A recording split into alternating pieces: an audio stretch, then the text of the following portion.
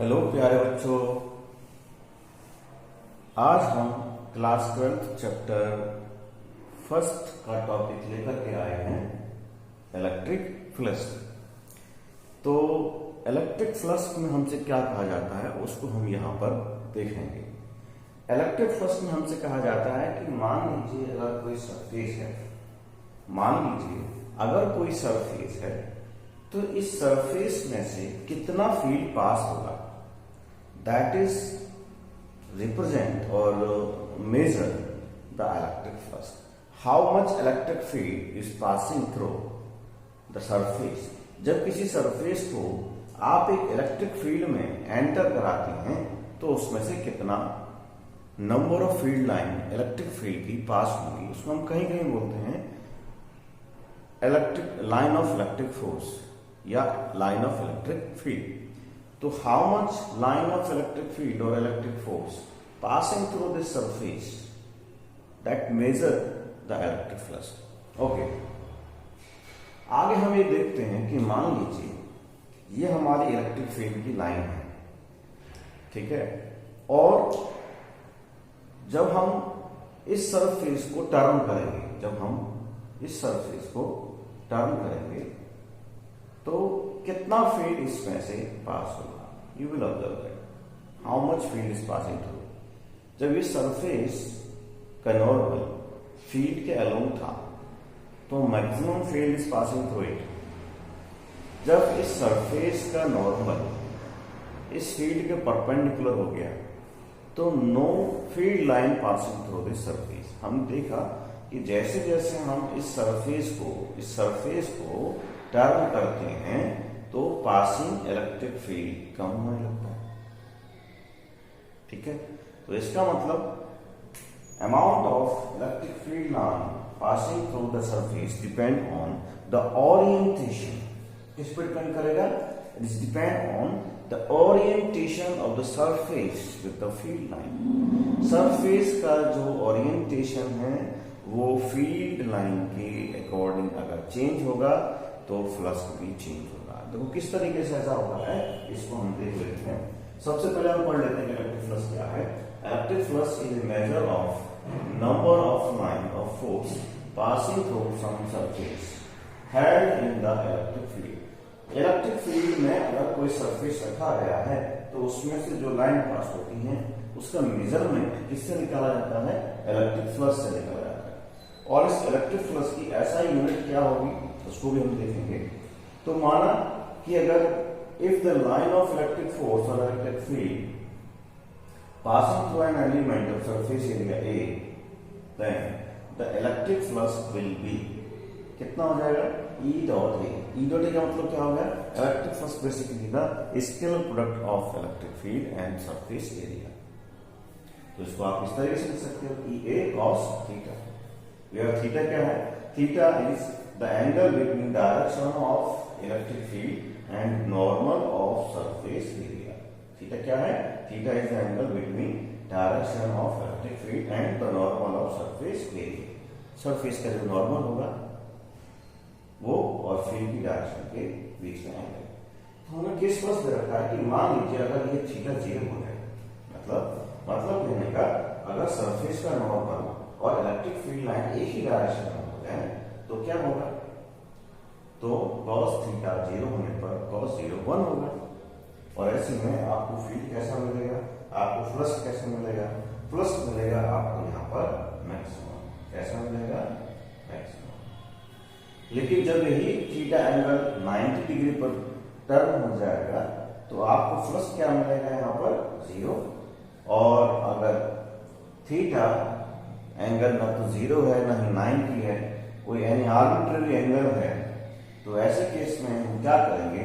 हम electric field का वो कंपोनेंट चूज करेंगे जो सरफेस के नॉर्मल की डायरेक्शन में होगा। That will give us the electric flux. क्योंकि हमने देखा है कि इलेक्ट्रिक फ्लक्स क्या है? It is the scalar product of electric field and the area cos theta.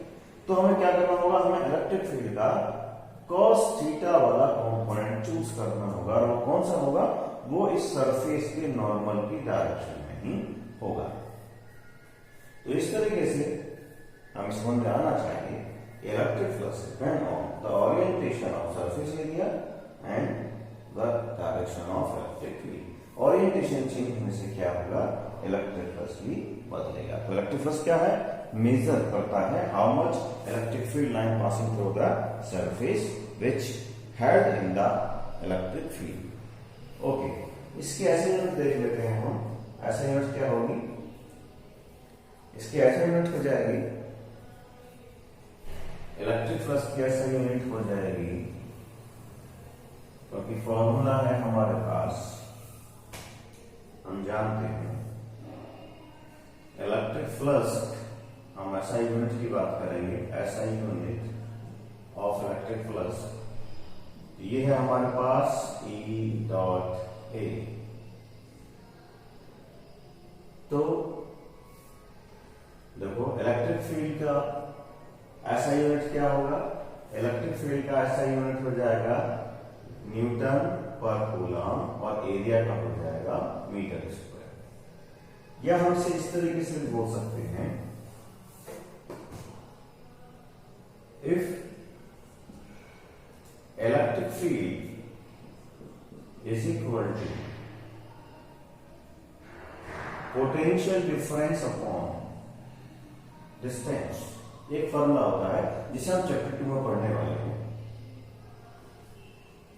तो यहां पर आपको इसकी यूनिट मिलेगी वोल्ट पर मीटर, और जब आप इसको यूज करेंगे तो इलेक्ट्रिक फ्लक्स की ऐसा यूनिट हो जाएगी,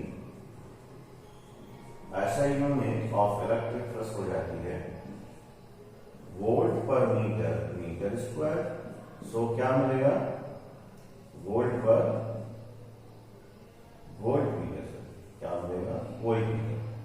तो अगर आप इलेक्ट्रिक फील्ड की यूनिट न्यूटन पर कूलम रखेंगे तो न्यूटन पर कूलम मीटर स्क्वायर मिलेगा, और अगर आप इलेक्ट्रिक फील्ड की यूनिट वोल्ट पर मीटर रखेंगे तो क्या मिलेगा आपको, वोल्ट मीटर इलेक्ट्रिक फ्लक्स का ऐसा यूनिट मिल जाएगा।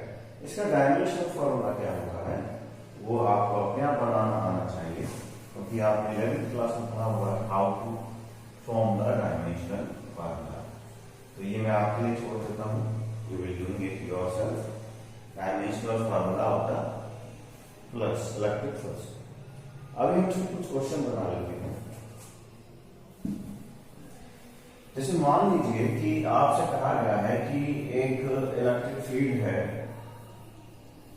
और इलेक्ट्रिक फील्ड में आपसे कहा गया है कि इलेक्ट्रिक फील्ड है, suppose that 6I plus 5K minus J Newton पर कूलम। आपको इलेक्ट्रिक फील्ड दिया हुआ है 6I plus 5K minus J Newton पर कूलम, और surface held in the electric field, a surface held in the electric field, and the surface is, surface area रखा है आपको 20 unit in 20 unit in YZ plane, in YZ plane। आपसे कहा है एक surface को हमने कहा रखा हुआ है, इलेक्ट्रिक फील्ड में रखा हुआ है, सरफेस एरिया है हमारे पास 20 यूनिट इन YZ प्लेन। तो आपको क्या करना है, find electric flux, find electric flux. तो इसके लिए क्या करेंगे, देखो क्या अप्रोच होगी हमारी, क्योंकि हमसे कहा गया है कि हमारा जो इलेक्ट्रिक फील्ड है, अगर ये हमारा इलेक्ट्रिक फील्ड है मान लीजिए, और जो हमारा सरफेस रखा गया है वो है YZ प्लेन में। अगर माना इसे हम एक्स एक्सिस मान लें तो ये YZ प्लेन हो जाएगा, YZ प्लेन यहां हो जाएगा, तो ये Y और ये Z और ये X। तो सरफेस कहां हो जाएगा, सरफेस हमारा YZ प्लेन है, सरफेस कहां है हमारा YZ plane. This is the surface. तो ऐसे में इस सरफेस का नॉर्मल कहां होगा? इस सरफेस का नॉर्मल होगा एक्स एक्सिस के अलोंग। किधर होगा? इस सरफेस का नॉर्मल एक्स एक्सिस के अलोंग। सरफेस एरिया, भाई एरिया वेक्टर है ना, हमने क्या पढ़ा है? हमने पढ़ा है प्लस क्या है? प्लस है scalar product of electric field and area vector. वैसे तो एरिया स्केलर क्वांटिटी है, लेकिन जब हम उसकी डायरेक्शन को ऑब्जर्व करते हैं तो फिर वो वहां पर वेक्टर क्वांटिटी के तौर पर काउंट किया जाता है। तो ऐसे में ये सरफेस का सरफेस एरिया का डायरेक्शन हो गया, जो उसका नॉर्मल है, जो एक्स एक्सिस की डायरेक्शन में है। तो हमारे पास जो कंपोनेंट मिला एरिया वेक्टर का वो आई की डायरेक्शन में हो जाएगा। तो ऐसे केस में हम क्या करेंगे? इलेक्ट्रिक फ्लक्स निकालेंगे 6i plus 5k minus j cap scalar product with 20i cap. और स्केलर प्रोडक्ट के नियम हम पढ़ चुके हैं। ये मिलेगा 120 न्यूटन पर कूलम मीटर स्क्वायर। क्यों? क्योंकि हमने पढ़ा हुआ है कि अगर आई कैप डॉट आई कैप करेंगे तो 1 होगा, और अगर आई डॉट जे और जे डॉट के डॉट अगर आई करेंगे तो 0 मिलेगा। भाई आई डॉट आई किया तो 120 मिल गया, और 5 से अगर मल्टीप्लाई करते हैं तो k डॉट आई होगा, जो हमको 0 देगा।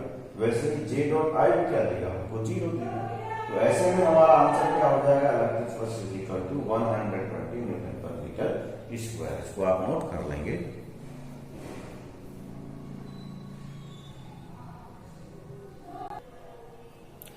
तो नेक्स्ट क्वेश्चन आपकी स्क्रीन पर है, ध्यान से पढ़ेंगे। इसमें आपसे कहा गया है कि एक सरफेस एरिया जिसका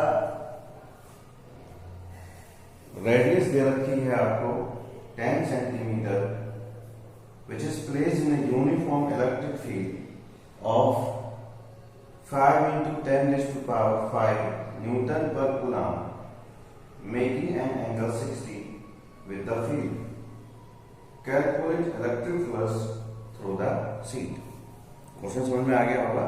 एक सर्कुलर प्लेन शीट दी है आपको जिसकी रेडियस है 10 सेंटीमीटर। एक सर्कुलर प्लेन शीट जिसकी रेडियस है 10 सेंटीमीटर। आपसे कहा गया है इसको एक इलेक्ट्रिक फील्ड में रखा गया है जिसकी वैल्यू क्या है? 5 into 10 raised to power कितना दिया है? 5 into 10 raised to power 5 newton पर कूलम।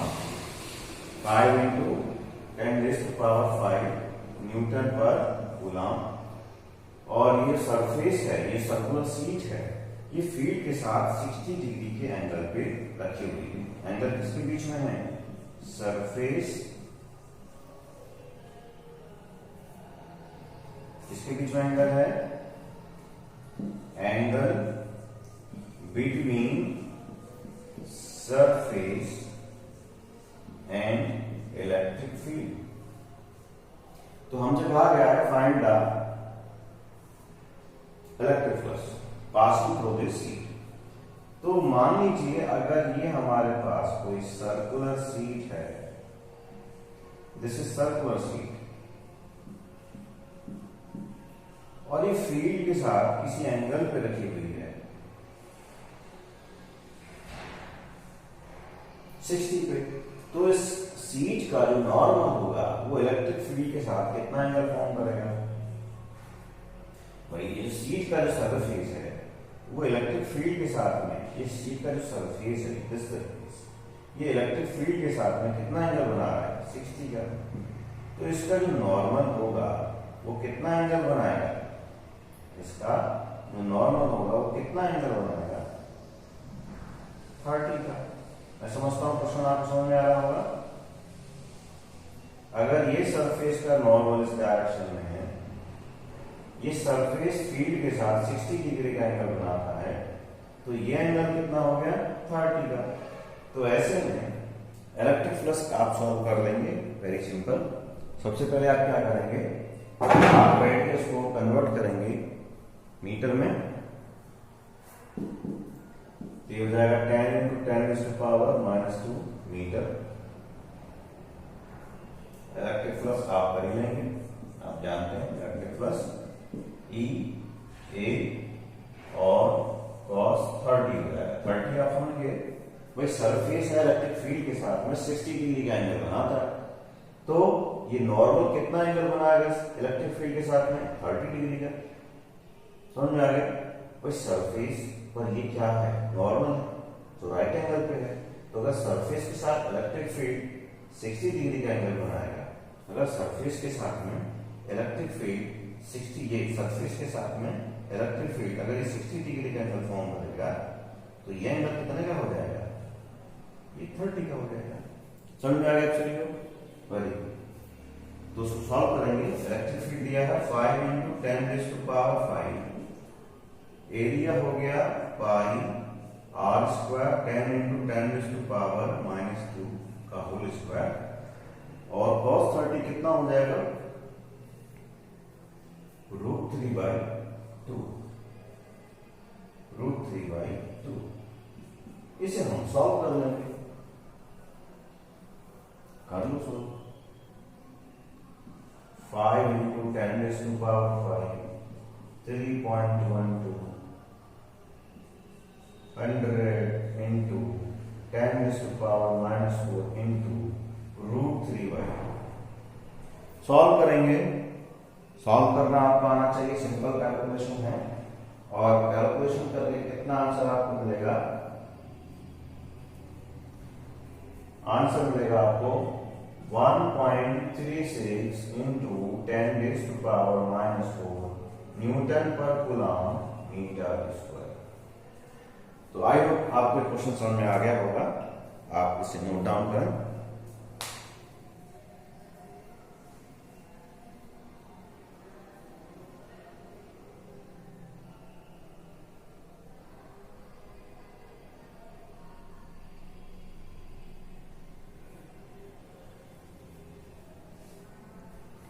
नेक्स्ट क्वेश्चन पे चलते हैं।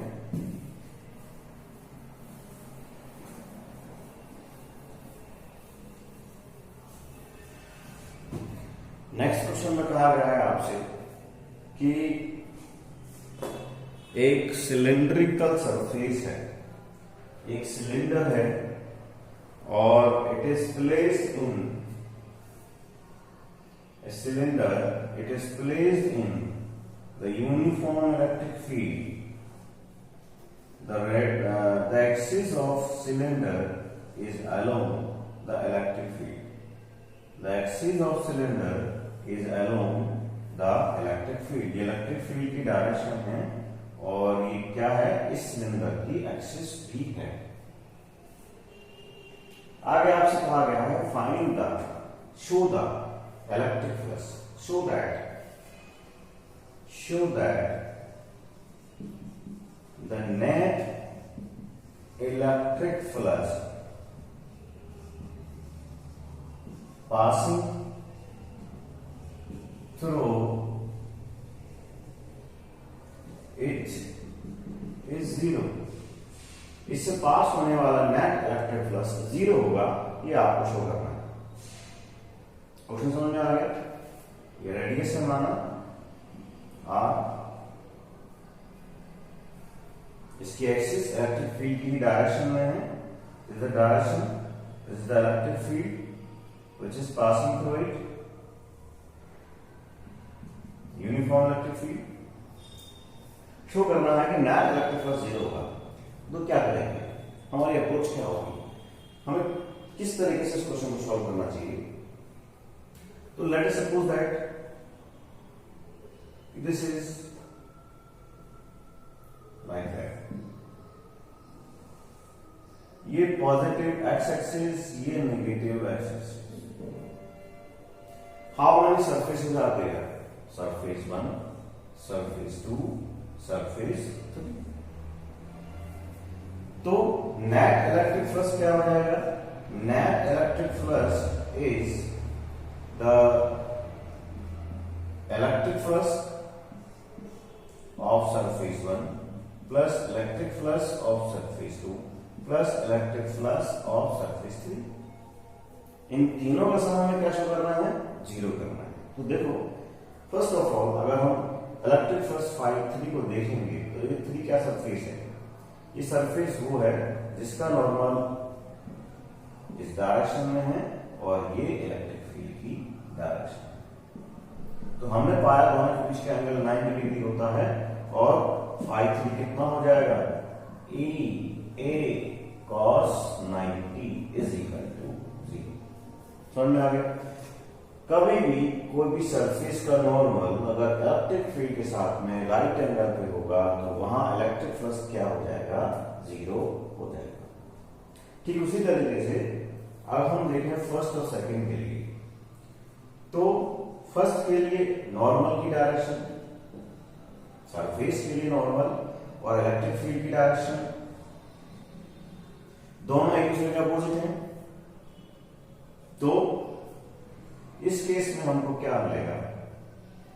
माइनस ई ए। ये माइनस आई हो गया ना, ये प्लस आई हो गया, यूनिट वेक्टर। या आप इसको इस तरीके से भी कर सकते हो कि ई ए कॉस 180 और ये हो जाएगा ई ए कॉस 0। भाई यही तो नॉर्मल की डायरेक्शन है और यही फील्ड की डायरेक्शन, तो एंगल 0 हो गया।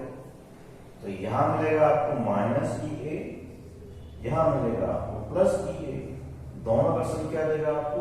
0। To show that the net electric field passing through it is 0। I hope question आपको समझ आ गया होगा। ये नेगेटिव डायरेक्शन है, ये पॉजिटिव डायरेक्शन है, फील्ड सेम है, नॉर्मल सेम है, तो क्या हो जाएगा? रिजल्ट में मिलेगा आपको 0 और फाई 3 पहले ही 0 हो गया। तो net field passing through it 0। I hope कि आपको ये क्वेश्चन समझ में आए होंगे। यहाँ से क्वेश्चन बोर्ड में पूछ लिए जाते हैं और बहुत अच्छा टॉपिक है। अगर आपको ये समझ में आ गया होगा तो उसके बाद हम नेक्स्ट टॉपिक को पढ़ेंगे और आज के लिए इतना ही काफी है। Thank you.